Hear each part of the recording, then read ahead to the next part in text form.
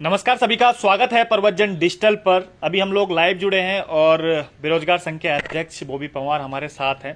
तो लाइव जुड़े हैं तो आपके सवाल भी हम लोग बीच बीच में लेते रहेंगे लाइव में। तो जितने भी दर्शक अभी देख रहे हैं हमारे, तो अपने सवाल भी आप लोग पूछ सकते हैं। बॉबी भाई, पहले तो बहुत धन्यवाद आपका, और बड़े लंबे समय बाद आज आपसे साक्षात्कार करने का दोबारा से मौका मिल रहा है। उन्हीं मुद्दों पर हम लोग आएंगे कि क्या कुछ अपडेट चल रहा है। वीडियो मुद्दे पर हमने देखा कि आपने एक लहर उस समय ले आए थे पूरे उत्तराखंड में, पूरा बेरोजगार आपके साथ खड़ा था और जो जितने भी सफेद पोस्ट लोग हैं उनकी नींद हराम हो गई थी। लेकिन अब देखने को मिल रहा है कि वो बातें अब नहीं रही। अब वो जो सफेद पोस्टों की बात कर रहे थे वो भी नहीं, कुछ गिरफ्तारियां हालांकि हुई। क्या कुछ अपडेट है अभी तक आपके पास? देखिए, जो अभी तक का प्रकरण है, आप लहर की बात कर रहे हैं, लहर आज भी है। क्योंकि जो यहाँ पर जो गंदगी थी, उस गंदगी को साफ करने का जो बीड़ा यहाँ के बेरोजगारों ने उठाया है, यहाँ के युवाओं ने उठाया है, उसके लिए आज भी प्रतिबद्ध हैं सभी कि हम ये गंदगी साफ करेंगे। मैं कहना चाहता हूँ कि वो अलग बात है कि उसके बाद एक अंकिता जो प्रकरण आया था, उसके बाद अंकिता प्रकरण में हमारे प्रदेश के सभी लोगों की भावनाएं जुड़ी है, क्योंकि हमारे प्रदेश की बेटी है, हमारे प्रदेश की बहन है, तो उस मुद्दे पर सब लग गए थे। और उस प्रकरण में अंकिता बहन को न्याय दिलाने के लिए हम सब आगे गए, उसमें कोई दोहराई नहीं है, और सभी पत्रकार बंधु भी आगे गए। परंतु जो ये भर्ती घोटालों का मामला है, इसमें चाहे यूकेएसएससी प्रकरण हो या विधानसभा प्रकरण हो या अन्य कोई जो भ्रष्टाचार भर्तियों में हुआ है वो प्रकरण हो, इसमें साफ तौर पर ये सरकार स्पष्ट समझ ले या जांच समितियां ये स्पष्ट समझ लें कि ये लड़ाई रुकी नहीं है। इस लड़ाई को निरंतर आगे लड़ा जाएगा और बड़ी ताकत के साथ लड़ा जाएगा। ऐसा नहीं है। मैं ये कह देना चाहता हूँ विजय भाई कि अभी तक जो बीपीडीओ का जो प्रकरण चल रहा है, आप देख रहे हैं कि इतना लंबे समय हो गया है, और कब हमने एसटीएफ का बयान पढ़ लिया था लगभग अखबारों के माध्यम से कि 80% जो जांच है बीपीडीओ की वो पूरी हो चुकी है, और जांच इतनी थी कि उस आधार पर डिसीजन हो सकता है परीक्षा पर। तो आयोग को या शासन को ये डिसीजन तत्काल लेना पड़ेगा। बीपीडीओ का डिसीजन तत्काल लेकर आप वन दरोगा देखिए, सचिवालय रक्षक देखिए, और उसके बाद जो अन्य भर्तियों की जो जांच होनी है उनमें भी विलंब ना हो। उन भर्तियों की जांच आप सीमित समय में, मतलब 1 महीने में सभी भर्तियों की जांच करके उसमें देखें। यदि उन भर्तियों में गड़बड़ी है तो उस आधार पर डिसीजन ले, यदि गड़बड़ियां नहीं है तो उन आधार पर उन्हें नियुक्तियां दे। ये हमें जो विधि सम्मत है उस आधार पर ही उन भर्तियों पर डिसीजन लेना चाहिए। बाकी जो बीपीडीओ है उसमें तो आपको तत्काल डिसीजन लेना चाहिए। हो सकता है कि दिवाली की वजह से ये मामला रुक गया था, या दिवाली की वजह से जो आयोग है या हमारी एसटीएफ है या शासन से जो डिसीजन होना था वो नहीं हो पाए। तो अब दीपावली भी बीत चुकी है। अब हम उम्मीद करते हैं कि 2-3 दिन के अंदर ये डिसीजन आए, जिससे कि कम से कम उन बच्चों के लिए आगे का रास्ता खुले कि क्या क्या करना है। ऐसा तो नहीं है कि उनको लग रहा हो कि अब बेरोजगार संघ हल्के पड़ने लग गया है, ये ज्यादातर मांगे नहीं उठा पा रहा है। और अभी 8 भर्तियां इनकी जांच की भी बात भी करी थी, एक लेटर वायरल हुआ था कि इनको कैंसिल कर दिया जाएगा। ये सब चीजें आपको लगता है कि कहीं ना कहीं गुमराह करने की कोशिश की जा रही है, या फिर बेरोजगार संघ की आवाज दबाने की कोशिश की जा रही है ताकि 2 गुटों में छात्र बढ़ जाए? देखिए, बात छात्रों को 2 गुटे में बांटने की है तो वो तो सरकार कोशिशें हमेशा करती है। बेरोजगार संघ ने पहले से ही काम किया है और आगे भी काम करता रहेगा, निरंतर काम करेगा और निष्पक्ष तरीके से काम करेगा और निस्वार्थ होकर काम करेगा और निडर होकर काम करेगा। सबसे बड़ी बात यह है। आप ये भी तो समझ सकते कि इतना बड़ा, कई लोग कह रहे थे कि सीबीआई जांच की मांग आप शुरुआत में उठा रहे थे, लेकिन आप फिर नरम पड़ते हुए इसमें पड़े, अब सीबीआई की मांग नहीं उठा रहे। देखिए, ऐसा नहीं है कि हम सीबीआई की मांग उठा रहे हैं तो हम नरम पड़ गए हैं। सीबीआई की मांग उठ रही थी, सीबीआई की मांग निरंतर उठेगी। अभी कोर्ट ने यदि फैसला दिया है कि अभी फिलहाल सीबीआई जांच की कोई जरूरत नहीं है, ये कोर्ट का आदेश है, और कोर्ट के आदेश जो हैं उसका हम सम्मान करते हैं। परंतु कोर्ट के आदेश का हम तब तक सम्मान करते हैं जब तक हमें लगेगा कि एसटीएफ ने जो कार्यवाही की है वो तो जांच रिपोर्ट जब आएगी उसके बाद ही पता लगेगा आम जनता को कि कितनी गहराई तक गई है एसटीएफ और कितने क्या एसटीएफ ने उसमें जांच में निकाला है। अगर उससे हम संतुष्ट नहीं होते हैं, सबसे बड़ी बात, संतुष्ट आप अभी तक नहीं, देखिए अभी तक तो संतुष्ट कार्रवाई से है ना। हमने रिपोर्ट नहीं देखी है, आमजन ने रिपोर्ट नहीं देखी है। अभी हमारे जो बेरोजगार संघ के जो टीम है उन्होंने रिपोर्ट नहीं देखी है, या हमारे प्रदेश के जो शुभ चिंतक है जो चाहते हैं कि प्रदेश आगे बढ़े और प्रदेश में इन घटनाओं पर जो अंकुश लगाया जाए, तो उन लोगों ने रिपोर्ट नहीं पढ़ी है। जिस दिन एसटीएफ की रिपोर्ट आ जाएगी तो उसमें देखा जाएगा साफ साफ कि रिपोर्ट में कहाँ कहाँ कमी है, या रिपोर्ट जो जांच होनी चाहिए थी क्या वो उस जांच तक, उस स्तर तक एसटीएफ पहुंची है। यदि ऐसा नहीं होगा तो सीबीआई की जांच आगे जारी रहेगी। रिपोर्ट कब तक आएगी? कुछ इस अभी तक एसटीएफ से बात हुई होगी या सरकार के किसी प्रतिनिधि जो करते हैं उनसे बात हुई होगी कुछ? देखिए, हमने अखबारों के माध्यम से और वहां एसटीएफ कार्यालय जाकर हमने जानकारी जुटाने की कोशिश की, तो एसटीएफ का भी यही कहना था कि बीडीओ बीपीडीओ वाले मामले में जो स्नातक स्तरीय परीक्षा है उस मामले में अभी तक जो 80% जो काम हो चुका है, और 80% का मीन्स ये है कि 80% का मीन्स ये है कि वो डिसीजन ले सकते हैं इस परीक्षा पर, उतना कुछ निकल के आ चुका है कि डिसीजन आसानी से लिया जा सके। इस पर डिसीजन तत्काल होना चाहिए था, उसके बाद वन दरोगा लाइन पर है, उसके बाद आपका सचिवालय रक्षक है, और ये जो 8 भर्तियों की जो बात हो रही है इसमें जांच होनी चाहिए। जब आरएमएस टेक्नो सॉल्यूशन ने करवाया तो जांच होनी चाहिए। जांच का समर्थन बीपीडीओ के जो चयनित छात्र थे उन्होंने आप पर कटघरे में भी खड़ा किया है कि भाई जिस समय वीडियो बीपीडीओ की बात आ रही थी तो बॉबी पवार उनके अगेंस्ट में खड़ा था, लेकिन जब 8 भर्तियों की बारी आई वहां पर क्राउड बॉबी पवार को दिखा तो उनके साथ वो खड़े हो गए। एक तरफ कह रहे हैं कि भर्ती कैंसिल करो और दूसरी तरफ कह रहे हैं कि नहीं ज्वाइनिंग दो। तो ये दोहरा चरित्र बॉबी पवार का क्यों? ये दोहरा चरित्र बॉबी पवार का नहीं है, दोहरा चरित्र उन लोगों का है जो बॉबी पवार को इस नजरिए से देखते हैं।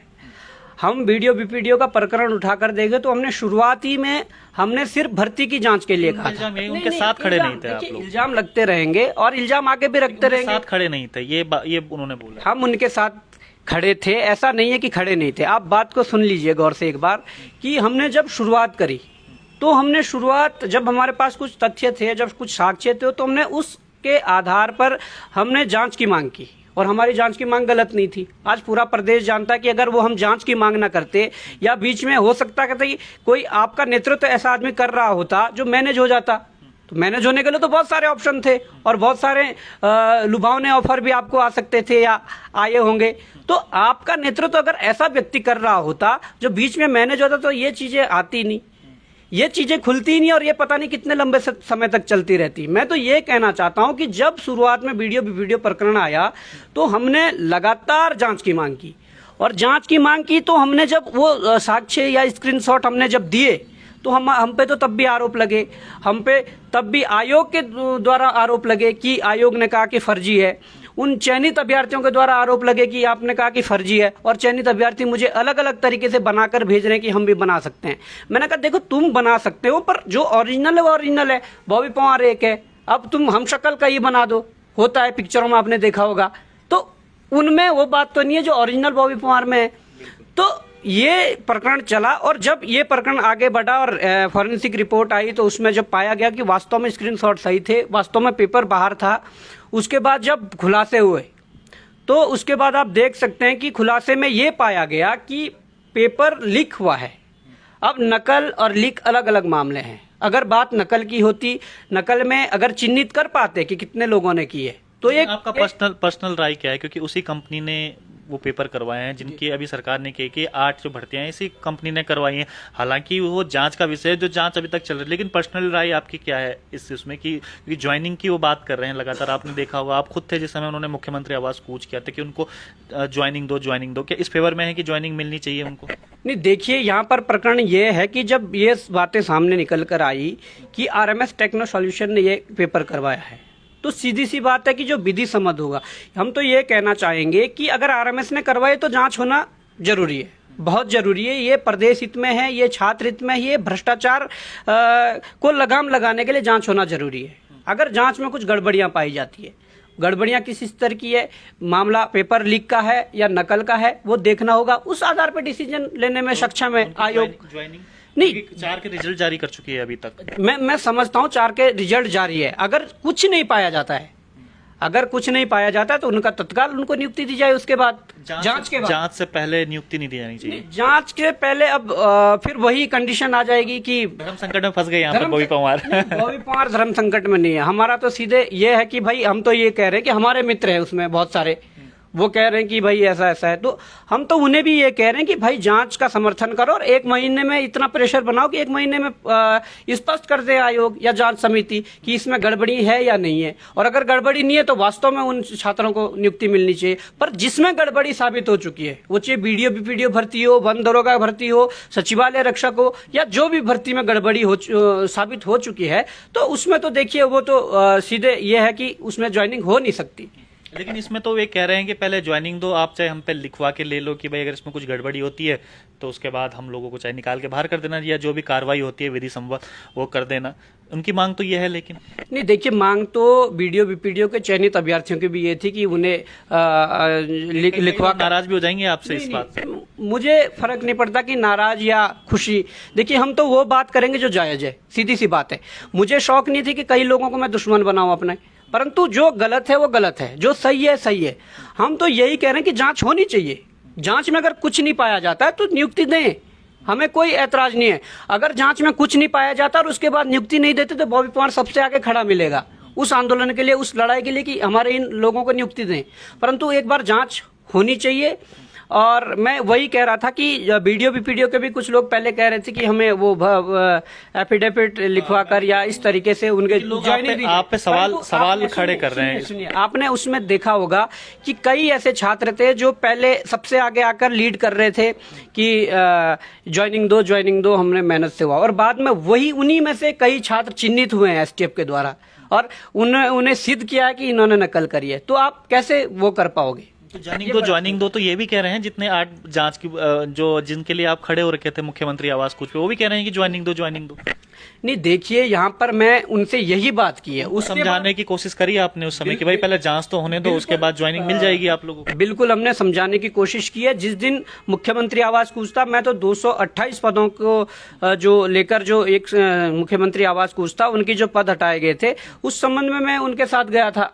उसके बाद मुझे वहां पर वो अभ्यर्थी भी मिले। उन अभ्यर्थियों से मैंने बात की कि यार, बेरोजगार संघ साथ खड़ा है, बेरोजगार संघ इस पर अपना जो बयान है वो कल जारी कर देगा, स्पष्ट कर देगा। हमने उसके बाद आयोग के अध्यक्ष को, सचिव को भेजा। हमने एक लेटर जारी किया कि आप जो आरएमएस, जो आपने ये आरएमएस टेक्नो सॉल्यूशन वाली जो बात की है, उनकी आप जांच कर लीजिए, और जांच के उपरांत जो भी होता है, जांच के उपरांत यदि गड़बड़ियां नहीं पाई जाती तो आप नियुक्ति दें, और अगर गड़बड़ियां पाई जाती तो किस स्तर की गड़बड़ी, उस आधार पर डिसीजन खुद आयोग लेगा। कुछ कमेंट भी आ रहे हैं क्योंकि हम लोग लाइव हैं, तो मैं कमेंट भी पढ़ लेता हूँ। इस पे लिखते हैं, बेरोजगार संघ को बस नौकरियां छीनना आता है, जब नौकरियां दिलाने की बात आती है तो छुप जाता है। मैं वही बात कर रहा था ना, जो अभी कह रहे थे कि भाई जांच की मांग, लोग कह रहे हैं कि जांच से पहले ज्वाइनिंग दो, और आप कह रहे हैं कि चलो, फिर उनके साथ खड़े होते हैं और वीडियो वाले इल्जाम लगाते कि हमारे साथ खड़े नहीं। दोहरा चरित्र। कुछ लोग कमेंट भी इस तरीके से कर रहे हैं कि बॉबी पवार का दोहरा चरित्र है, जब नौकरियां दिलाने की बात आती है तो वो छुप जाते हैं, केवल उनको नौकरी छीनना आता है बेरोजगार संघ को। इन लोगों को मैं यही जवाब देना चाहूंगा कि जिस वीडियो बीपीडीओ की आप बात कर रहे हो, जिस एलटी भर्ती की आप बात कर रहे हो, जिन भी भर्तियों के रिजल्ट या ज्वाइनिंग की आप बात कर रहे हो, उन भर्तियों को निकलवाने के लिए बेरोजगार संघ ने सड़क में आंदोलन किया है, सड़क सीएम आवास कूच किया है, सचिवालय कूच किए हैं, विधानसभा कूच किए हैं, उसके बाद ये वैकेंसी निकली है। आप किस उसकी बात कर रहे हो? कुछ स्वार्थी लोग तो होते हैं, मैं खुल के इस बात को कह सकता हूं, कुछ स्वार्थी लोग होते हैं, वो अपना स्वार्थ देखते हैं। मेरा तो कोई व्यक्तिगत स्वार्थ नहीं है, मेरा कोई ऐसा नहीं है कि मेरा कोई दुश्मन है मैं उसको रोकूं ज्वाइनिंग लेने से, या मेरा कोई प्रिय है मैं उसको ज्वाइनिंग देने के लिए ये बोलूं कि उसको ज्वाइनिंग दे।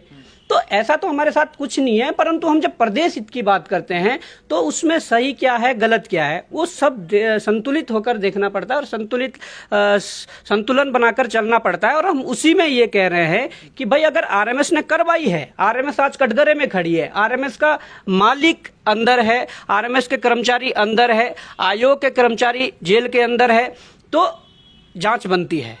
आप किसी विधिक सलाहकार से ये सलाह ले सकते हो, आप किसी एक्सपर्ट से ये सलाह ले सकते हो, शासन में बैठे हुए अपने कुछ लोगों से ये सलाह ले सकते हो, आप किसी से भी ले सकते हो। तो सभी ये कहेंगे कि जब ये कटघरे में कंपनी खड़ी है तो इस कंपनी के द्वारा करवाई गई परीक्षाओं की जांच होनी चाहिए, उसकी समीक्षा होनी चाहिए। तो इसमें गलत क्या है? अब यूकेपीसीएस जो एग्जाम करवा रही है अभी, क्योंकि मेरे पास कई कॉल भी आए थे, उन्होंने कहा था कि ये बात भी जरूर रखना, उसमें बड़ी जल्दी मेंस के लिए बोला है कि आपको जल्दी 19 या 20, मेरे ख्याल से 1 महीने का भी टाइम पूरा दिया। वो सूचना पहुंची आप तक?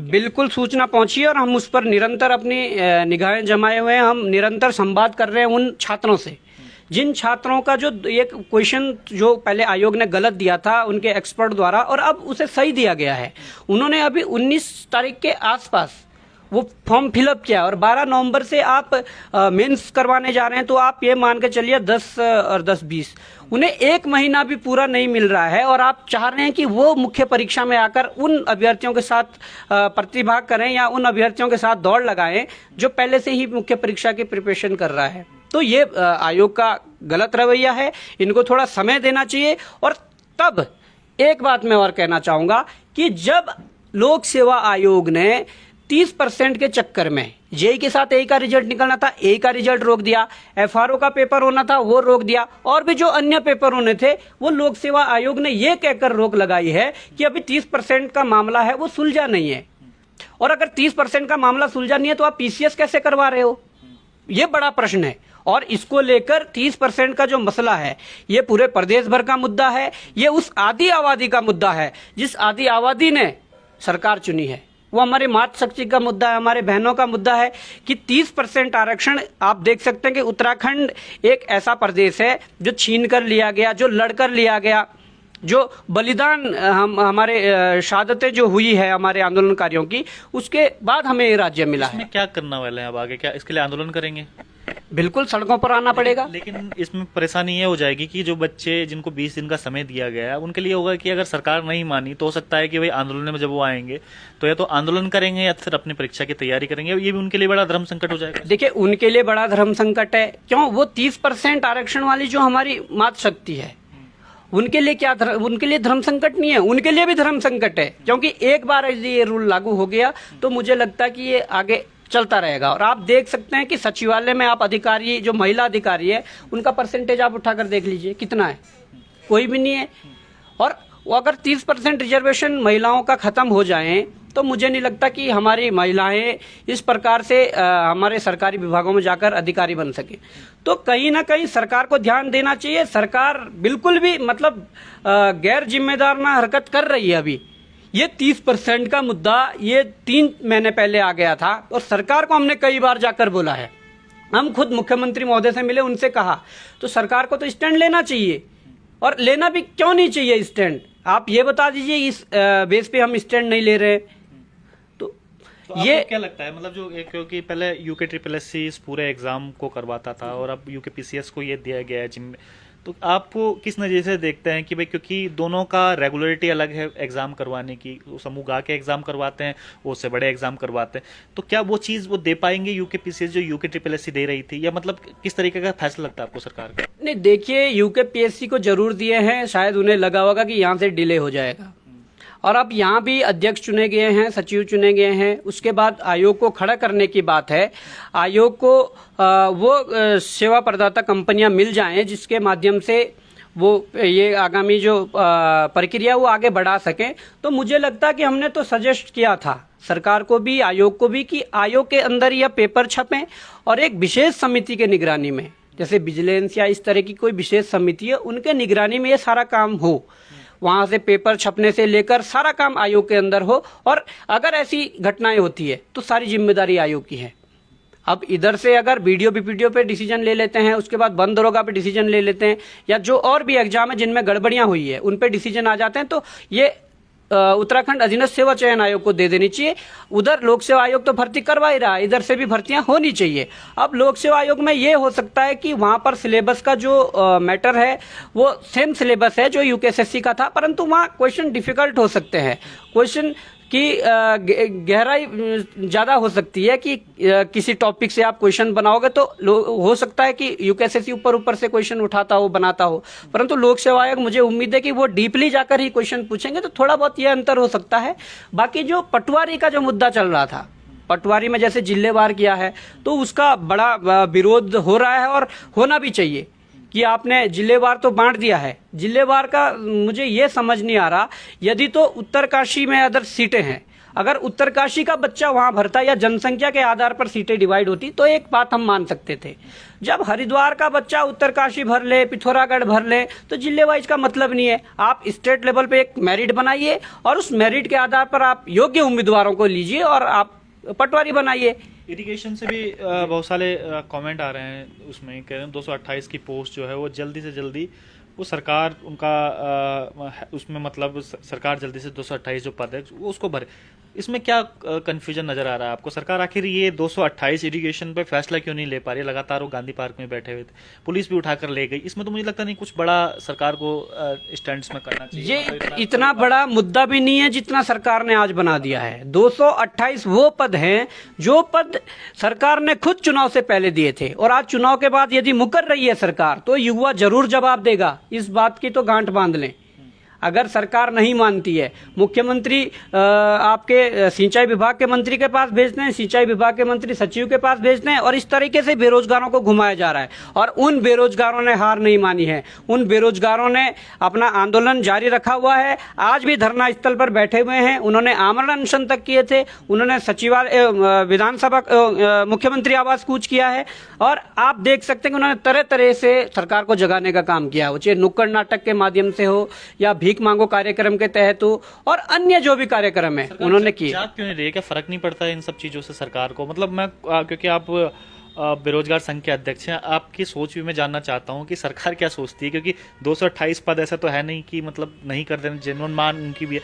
इतना डीले सरकार कर रही है। मैं कुछ बयान भी देख रहा था सतपाल महाराज के, जिसमें वो कह रहे थे उसमें कि जब उन्होंने बोला कि जो एक आमरण अनशन में बैठा हुआ है तो कहना अगर एक आधा केस और भी हो जाएंगे तो क्या फर्क पड़ता? मतलब इस प्रकार की बयानबाजी तो आप किस तरीके से देखते हैं? देखिए, बड़ा दुख होता है कि जब इस तरह की घटनाएं होती है और जब इस तरह के बयान सुनने को मिलते हैं तो बड़ा दुख होता है, और फिर हम सोचते हैं कि क्या हमने ये सरकार चुनकर गलती की है। और वास्तव में युवाओं के द्वारा ये सरकार लाई गई है, युवाओं के द्वारा युवा मुख्यमंत्री लाए गए हैं, परंतु ये उस पर खरे नहीं उतर पा रहे हैं, तो विरोध अवश्य होगा। और मैं कहना चाहता हूं कि ये इतनी बड़ी मांग भी नहीं है। अगर विभाग में 228 पदों का अधियाचन चुनाव से पहले भेजा गया था, चुनाव के बाद आप हटा रहे हैं, तो कहीं ना कहीं मुझे लगता है कि सरकार कुछ गेम खेल रही है, और गेम इस तरीके से खेल रही है, हो सकता है जिस सिंचाई विभाग के पद हटा दिए हो उस सिंचाई विभाग को प्राइवेट में डालना चाह रही हो। और अभी आप देख रहे हैं कि सिंचाई विभाग के मंत्री जो है सतपाल महाराज जी, उन्होंने एक बैठक ली और उन्हें जमरानी बांध मिला है। उन जमरानी बांध के लिए जेई कहां से लाओगे? आप जब ये 228 ऐड नहीं करोगे तो कहां से लाओगे? ये मुझे ऐसा लगता है कि कहीं ना कहीं ये प्राइवेट एजेंसी हायर करके वहां पर जो काम करने वाले हैं इस तरह के काम होने वाले हैं, जिसका कि विरोध होना चाहिए।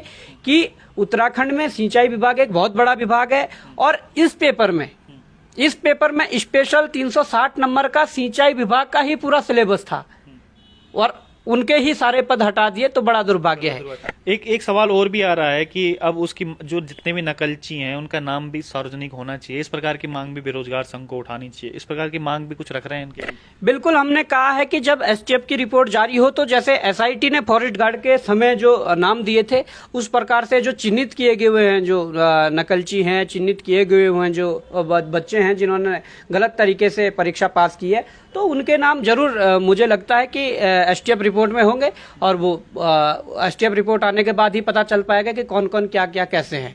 और करना चाहिए, जिन लोगों ने इस तरह का कृत्य किया है उनको कम से कम 4-5 साल तो बैन करना ही चाहिए, ऐसे तो आजीवन बैन करना चाहिए। जिन्होंने माहौल खराब करने की बात की है, बिल्कुल होना चाहिए।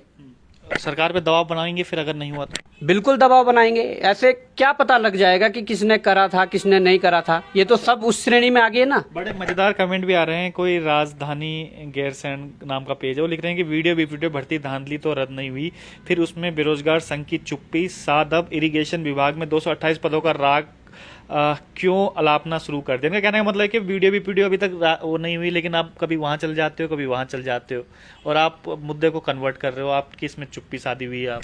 देखिए, ये तो इन लोगों को लगता है जो घर पे बैठकर ये कमेंट करते हैं या घर पे बैठकर जो ये चीजें सोशल मीडिया पर देखते हैं, इनको लगता है। हम तो ये कहना चाहते हैं कि जो भी मुद्दा होगा हमें तो हर मुद्दे पर मुखर होना पड़ेगा। वो मुद्दा चाहे 228 पदों को ऐड करने का हो, वो मुद्दा चाहे वीडियो बीपीडीओ का हो, वो मुद्दा चाहे कोई और मुद्दा हो, हमें तो हर मुद्दे पर मुखर होना पड़ेगा। और आप यदि ये चाहते हैं कि हम केवल और केवल वीडियो बीपीडीओ पर बोलें तो हमसे नहीं होगा। आप अगर एक मुद्दे को लेकर लड़ सकते हैं तो लड़िए, हमें तो हर उस मुद्दे पर लड़ना होगा जो प्रदेश हित का मुद्दा है, जो भ्रष्टाचार का मुद्दा है, या जो जिस मुद्दे से यहाँ के प्रदेश को हानि हो रही है, और उस मुद्दे के खिलाफ यदि लड़े नहीं तो और हानि हो सकती है। हम उस मुद्दे पर लड़ेंगे। चलिए, बहुत बहुत धन्यवाद। लेकिन लास्ट में जाते जाते ये पूछना भी चाहूंगा मैं आपसे कि भाई अब तो वो लोग भी आपसे नाराज हो जाएंगे जो कह रहे हैं कि जांच से पहले उनको नियुक्ति दी जाए। वो भी कहीं ना कहीं बॉबी पवार को अब टारगेट करना शुरू कर देंगे, उनसे नाराज भी हो जाएंगे कि भाई बॉबी पवार हमारे हित की बात नहीं कर रहा है। तो उनको किस तरीके से समझाएंगे आप? नहीं, हित की बात क्यों नहीं है, हम तो कह रहे हैं कि जांच हो जाए, जांच के बाद यदि कुछ नहीं पाया जाता है तो बॉबी पवार सबसे आगे ज्वाइनिंग के लिए खड़ा मिलेगा। बॉबी पवार संघर्ष करेगा आपके लिए कि ज्वाइनिंग दी जाए, परंतु जांच होना जरूरी है। आज ये मैं कह रहा हूं, उन्हें बुरा लग सकता है, परंतु आप अगर किसी से भी पूछोगे, अगर किसी सलाहकार से भी पूछोगे, एक्सपर्ट से पूछोगे, जांच में तो समय लग जाएगा ना तब तक, क्योंकि अभी कई लोगों के रिजल्ट जिनके जारी हो गए, उनको लगता था कि भाई बस उनको नियुक्ति मिलने ही वाली है, लेकिन उसमें ना जाने कितना समय लगे, 1 साल लगे, 2 साल लगे, तो क्या तब तक वो बैठे रहेंगे? उसका भरपाई किस प्रकार से हो पाएगी? नहीं, ऐसा नहीं है कि जांच में समय लग सकता। अगर प्रेशर बनाया जाए तो जांच जल्दी भी हो सकती है, और जांच जल्दी होने का मतलब है कि अगर सब युवा संगठित होकर एक प्रेशर बनाए कि जल्दी से जल्दी जांच की जाए तो जांच हो सकती है। आपको क्या लग रहा है, क्योंकि वीडियो वीडियो के जितने भी जो सबूत हैं वो आपने कहीं ना कहीं एसटीएफ को दिए थे और वहां से कार्रवाई शुरू हुई थी, क्योंकि आपके पास बहुत सारे एविडेंस थे, तो लगातार क्योंकि आपसे लोग जुड़े हुए हैं, तो इन जो 8 भर्ती हैं उनमें क्या लग रहा है, कुछ इस प्रकार के एविडेंस आए हैं कि इसमें घपला वगैरह है, कुछ इस प्रकार से? देखिए, एविडेंस उड़ते उड़ते एविडेंस आए हैं, हम ऐसे नहीं कह सकते कि बिल्कुल फैक्ट के आधार पर या कोई ऐसे साक्ष्य हमारे पास आए हैं कि बिल्कुल। और जब तक आप फैक्ट के आधार पर बात नहीं करोगे तब तक कोई उसमें कार्रवाई होना एविडेंस आए हैं आपके पास इस प्रकार से कि इसमें भी गड़बड़ी हो सकती है? देखिए, हो सकती है, ये आए हैं हमारे पास, और उसके बाद आरएमएस ने करवाया तो थोड़ा संदेह होता है, परंतु अगर कुछ नहीं पाया जाता है तो उसके बाद ज्वाइनिंग हो, ऐसा कुछ वो नहीं है। चलिए, कई लोगों की सांसें भी रुक जाएंगी इससे वो करके, क्योंकि कई लोग चाह रहे हैं कि जल्द से जल्द उनकी नियुक्ति हो। तो बहुत बहुत धन्यवाद बॉबी भाई हमसे बात करने के लिए। तो लगातार हम आपको अपडेट भी बताते रहेंगे कि क्या कुछ अपडेट आयोग की तरफ से है, क्या कुछ लोक सेवा आयोग अभी तक करवा रहा है, और क्या कुछ एसटीएफ की जांच में निकल के सामने आया है। लगातार हम लोग आपको अपडेट से जुड़ते रहेंगे, और आप भी जरूर जुड़िएगा प्रवचन डिजिटल से, क्योंकि प्रवचन डिजिटल लगातार आपको इस पूरे प्रकरण में शुरुआत से ही अपडेट कराता रहा। तो आज के लिए इतना ही। आप देख रहे थे आपका अपना प्रवचन डिजिटल। बहुत बहुत धन्यवाद।